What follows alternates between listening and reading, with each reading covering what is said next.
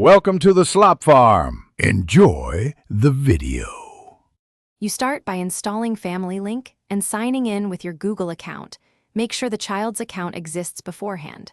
Once done, open Family Link and tap Add a Child, then follow prompts to link devices. Make sure to grant location and device administration when requested so controls work. You'll also set a basic supervision level and a password for confirmations. This immediate setup gets the app connected, so you can apply policies and manage the device right away. Now configure limits and content filters to match your rules. Go to the child's profile, set daily screen time blocks, and a bedtime that locks the device automatically. This prevents late-night use. Next, review app activity to approve or block installations and adjust app permissions so privacy-sensitive apps are restricted. Then set content restrictions on Chrome and Play Store to filter mature content. Make sure to test one change so you see how it enforces on the child's device before proceeding.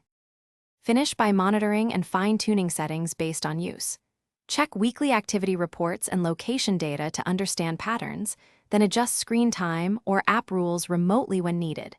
Use remote lock and content approval features for immediate control. If something breaks, like sync or controls not applying, restart both devices, confirm Family Link permissions, and ensure Google Play services are up to date.